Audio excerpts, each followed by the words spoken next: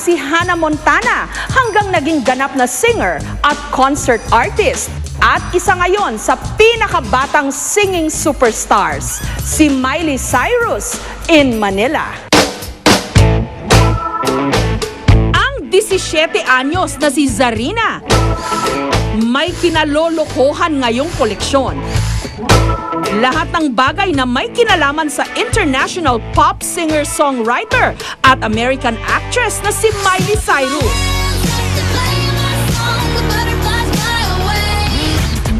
Ang kanyang Miley Cyrus collectible items umaabot na raw sa mahigit 500 piraso. Sobrang natutuwa sila kasi parang bihira lang kasi sa age namin na maging fan ng isang katulad ni Miley. Kapag nalulungkot ako, panonoorin ko lang yung mga shows niya kasi maganda nga yun na yung mga lessons at values na nakukuha doon. Mula CD, DVD, posters at wall pictures ni Miley Cyrus, meron si Zarina. Idagdag pa ang mga pabango, relo, bag, clip, mug, payong, I love you all! I wish I could sing all night long! manika at kung ano-ano pa.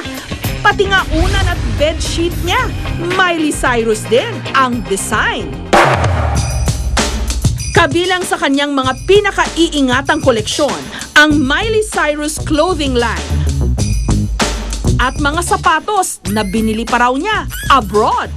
Bagong collection lang siya, so wala pa siya sa Philippines. Ang kabuuan ng koleksyon ni Zarina nagkakahalaga ng halos 100,000 pesos.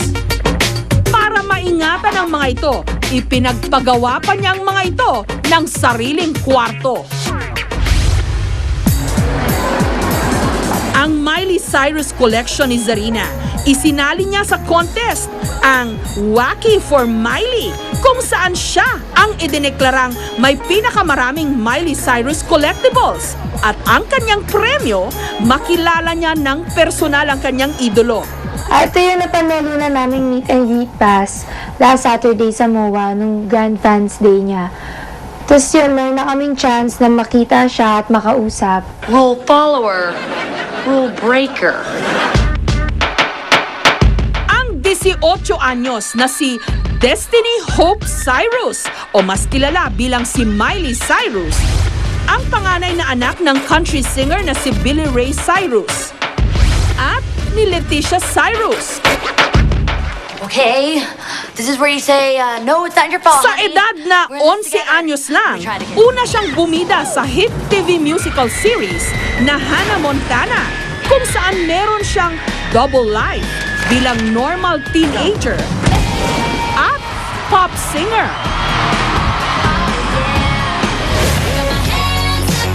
Sunod na nagpasiklab si Miley sa larangan ng recording.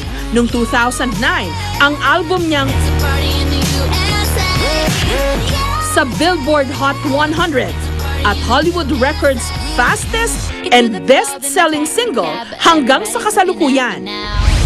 Hello, New York! Nagsunod-sunod na rin ang paggawa niya ng mga pelikula.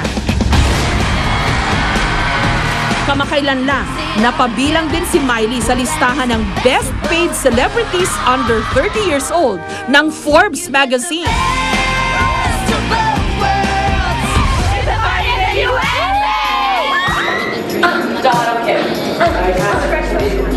Nasa tugatugma ng kasikatan si Miley Cyrus.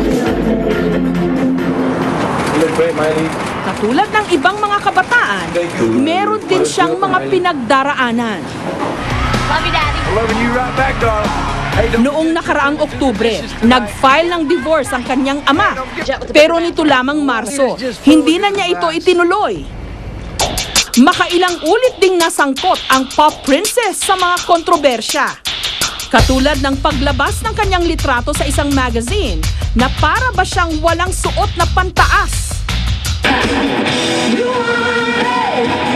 Kasalukuyan siya ngayong may concert tour, ang Miley Cyrus The Corazon Gitano Tour o Gypsy Heart Tour. At sa buong Asya, tanging Pilipinas lamang ang kabilang sa tour na ito. Magahating gabi nung Miyerkules nung dumating si Miley Cyrus sa Manila.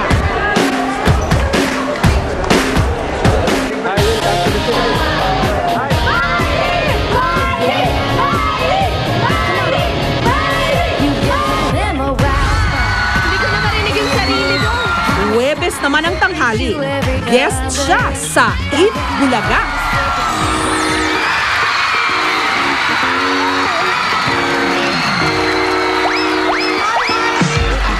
Welcome to Eat Bulaga. My God, you're so tall. I got big shoes. Well, I know that you're having some trouble sleeping, so I hope you get a good night's sleep before the I slept like concert 2 hours last night. I was just on video chat with all my friends, and That's very so yeah. nice. Tomorrow I think I just get to lay out by the pool all day and Yeah. go do a show. So it's the good life right now. Huwebes ng gabi, humarap si Miley Cyrus sa press con. Okay, I've dealt with so many bigger challenges. It's not as important, you know what I mean? And so I guess kind of life gets me more stressed than actual work. Hanggang kahapon ng gabi, dumating na ang pinakahinihintay na sandali ng mga Miley Cyrus fanatic.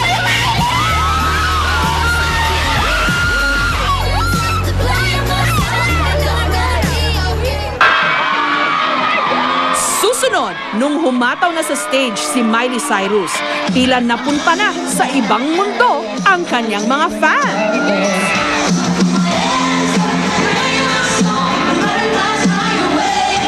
Bingo nga!